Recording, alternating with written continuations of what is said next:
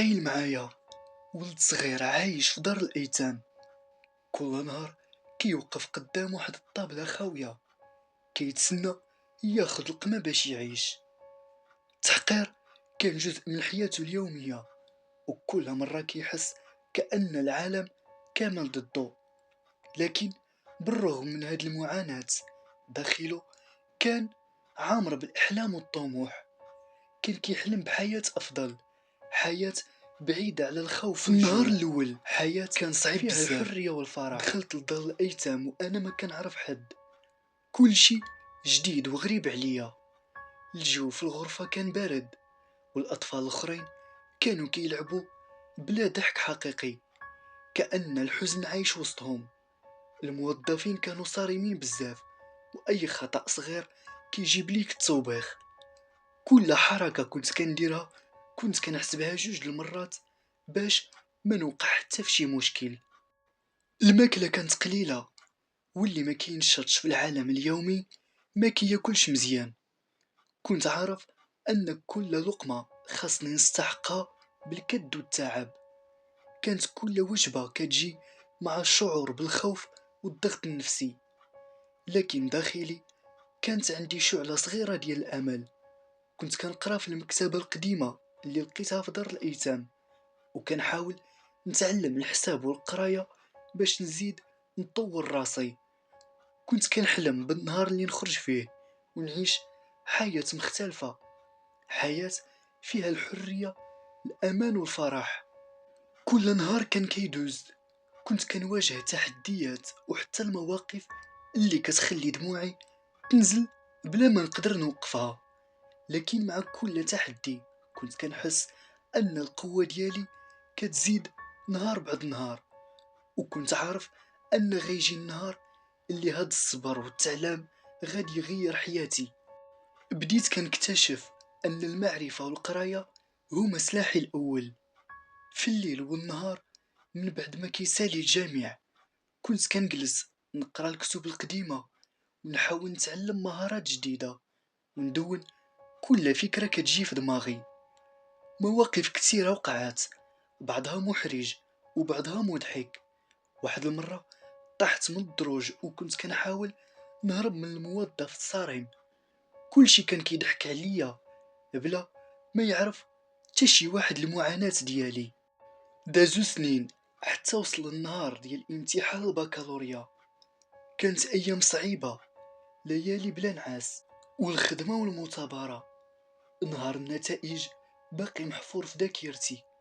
واقف قدام السبورة قلبي كيضرب، شفت سميتي مكتوبة وبكيت من الفرحة.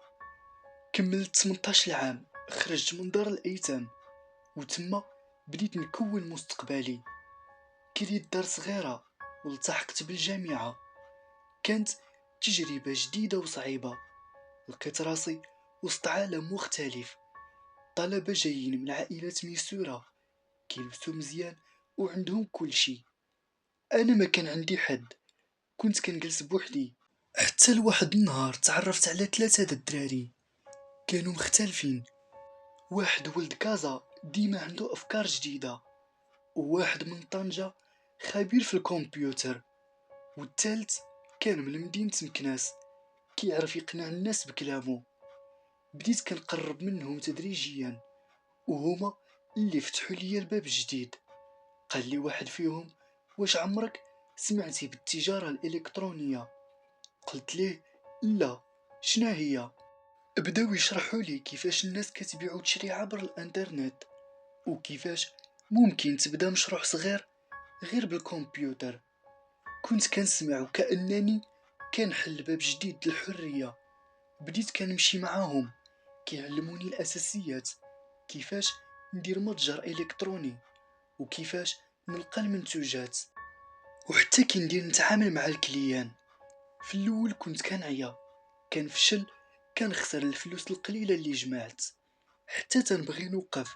لكن كنتفكر المعاناة اللي عشتها وكنقول مستحيل نرجع لذاك الجحيم.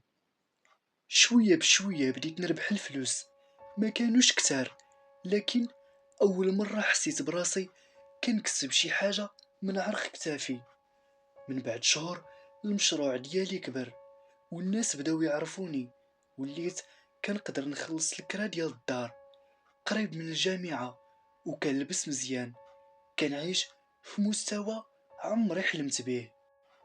لكن ما غيدوش بزاف حتى غطرى واحد الحاجة اللي غتقلب حياتي.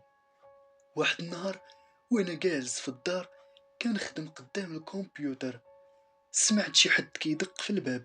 منين فتحت لقيت مرا عينيها حمرين بالدموع، وجهها فيه اثر ديال التعب والندم. بقيت واقف ما عرفت واش نضحك ولا نبكي. هاد المرا ما غريباش عليا، هادي امي اللي منين كنت صغير خلاتني في دار الايتام وهربات.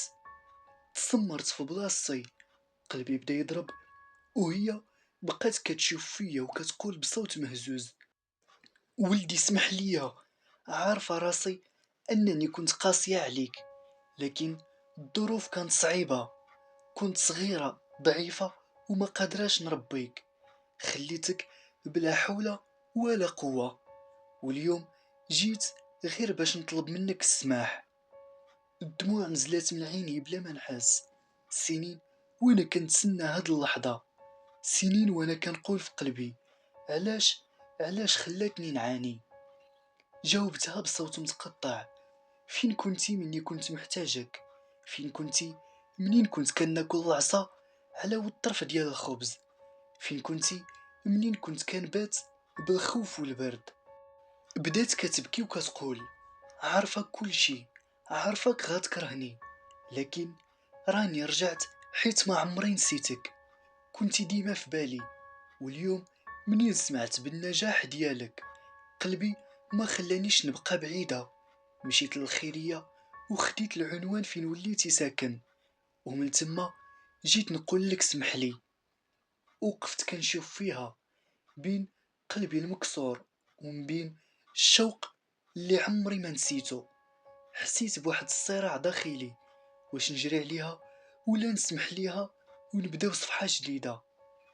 قربت مني بغات تعنقني، ترددت شوية، لكن في الأخير خليت الدموع والحنين يغلبوا. عنقتها وانا كنبكي، قلت ليها: مسامحك الوالدة، بغيت منك غير تعوضيني على الايامات اللي فاتوا. من بعد ما رجعت امي لحياتي حسيت براحة نفسية كبيرة. كنت كنقول مع راسي: واخيرا رجعت ليا الحنان اللي ضاع مني. بديت كنخليها قريبة ليا، كنجلسو مجموعين نضحكو ونحاولو نساو الماضي. لكن شوية بشوية بدات كتبين لي وجهها الحقيقي. النهار الاول قالت لي: ولدي راك عارف الظروف، انا محتاجة لشي فلوس باش نصلح الدار القديمة اللي ساكنة فيها. جاوبتها بلا تردد: قولي لي شحال خاصك. عطيتها مبلغ كبير بلا ما نسولها على التفاصيل. خدات الفلوس وغبرات.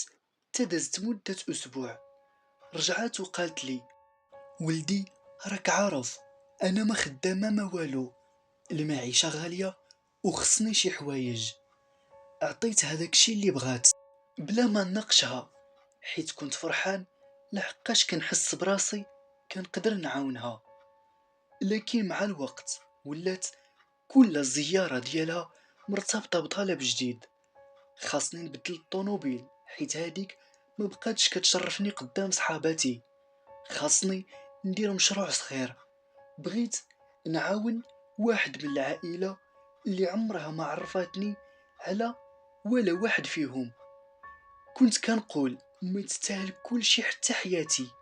كنت كنعطيها بلا حدود بلا ما نسول فين كيمشيو دوك الفلوس. لكن الغريب هو انها ما عمرها سولتني كيف غادي مع الحياة، واش بخير، واش مرتاح. ولا عمرها جات غير باش تعنقني بلا مقابل. دائما طلبات والاحتياجات. واحد المرة مشيت عندها بلا ما نخبرها، لقيتها لابسة مزيان، عندها طوموبيل غالية، وكتضحك وسط صحابها بحال شي سيدة أعمال. تصدمت صدمة كبيرة، ولو كان ما خلتنيش وانا في عمري 7 سنين كون نقول هادي ماشي الأم ديالي. واش بصح هادي امي اللي رجعات على ود الحب وعلى ود لحقاش ما بقاتش قادرة تسمح فيا، ولا غير استغلت ضعفي وحنيتي باش توصل لداكشي اللي بغات؟ بدات الشكوك تكبر داخلي، وبديت كنراجع اللحظات من النهار اللي رجعات. ما عمرها هضرات معايا على الماضي، ما عمرها اعتذرت من جديد، ولا سولاتني على الجروح اللي بقات في قلبي. غير الفلوس، الفلوس، الفلوس. حسيت بواحد الخيانة جديدة أصعب من الأولى خلاتني وأنا صغير بلا حماية، واليوم رجعات غير باش تاخد مني كل شي اللي بنيت بعرق كتافي. داك النهار بقيت ساهر حتى الفجر، كنشوف في السقف وكنسول راسي واش غادي نبقى مكمل معاها ولا نخليها تاخد كل شي بلا حساب. بقيت ايام وانا حابس راسي في الدار، ما قادر لا نركز لا في القرايه ولا في التجاره. الاسئله كانت محاصراني: علاش رجعات؟ علاش كل شي ديما وعلاش عمرها ما جات حتى تسول فيا؟ واحد النهار جمعت الشجاعه ديالي وقلت خاصني نواجهها. مشيت عندها للدار، وقبل ما تبدا تهضر قطعتها بالصوت مبحوح: امي، ولا نقول السيده اللي ولدتني وسمحات فيا. تفاجأت، بدات كتحاول دير راسها ما فاهمه والو. مالك ولدي؟ واش شي حد حرشك عليا ولا شنو؟ شفت في عينيها مباشره: لا، ماشي شي حد، انا اللي فقت، انا اللي عييت نكون بنك ديالك بلا رصيد. كنت كنقول رجعتي على ودي وعلى ود الحب، لكن الحقيقه انك رجعتي غير على ود الفلوس. سكتت شويه، بان التوتر على وجهها، من بعد تعصبات وبدات تقول ببرود: اش بغيتي ندير بيك؟ من الاول ما كانش خاصني نولدك، انت نتيجة غلطة، ولد غير شرعي، وانا ما محتاجاش نزيد نهز همك. كلامها طاح عليا بحال الاعصار، قلبي تشق من الداخل. وقفت وانا كنرعش، يعني حتى الحب اللي وريتيه ليا كان مسرحية، كان غير لعب. ضحكات وقالت: الحب انا عمري حسيت به، انت كنتي مجرد ورقة رابحة باش نرجع نعيش مزيان، كنتي وسيلة ندي منها الفلوس. اما انت ما عمرني كنت باغاك. الدموع عمرات عيني، لكن ما خليتهاش تشوفني وانا مكسور. قلت ليها: شكرا ليك بزاف، حيتاش وريتيني الوجه الحقيقي ديالك. واليوم ماشي انت اللي سمحتي فيا، لكن انا اللي سمحت فيك. وانا خارج، رجال وعيالات داخلين عندها للدار، وتما عرفتها باللي عمرها ما نسات الطريق الخايب اللي كانت فيه. دورت ظهري ومشيت، وخليتها وسط دار عامرة بالكماليات، لكن خاوية من أبسط الأحاسيس ديال الإنسانية. قصة اليوم سالت هنا، وكنتمنى من أي واحد وصل معانا لهاد المرحلة ما يبخلش علينا بجيم واشتراك، ويخلي لنا رأيه في الكومنتير. وكل نهار إن شاء الله مع قصة، عبرة، وحكاية جديدة. السلام عليكم.